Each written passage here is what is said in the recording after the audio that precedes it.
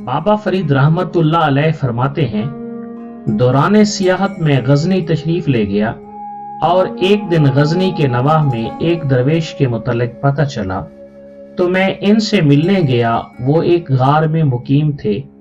उन्होंने मुझसे फरमाया, मैं 30 बरस से इस गार में मुकीम हूँ और मेरा रिस्क आलम गैब से मुकर्रर है, और जो मिल जाए वो खा लेता हूँ, वरना शुक्र करके पड़ा रहता हूँ।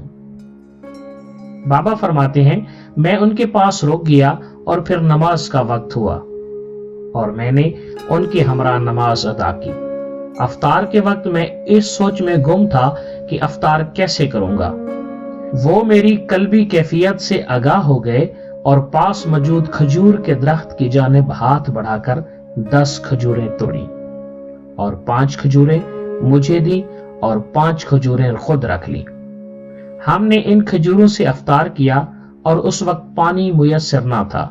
उन्होंने पांव की ठोकर मारी तो जमीन से चश्मा जारी हो गया और मैंने वहां से सैर होकर पानी पिया।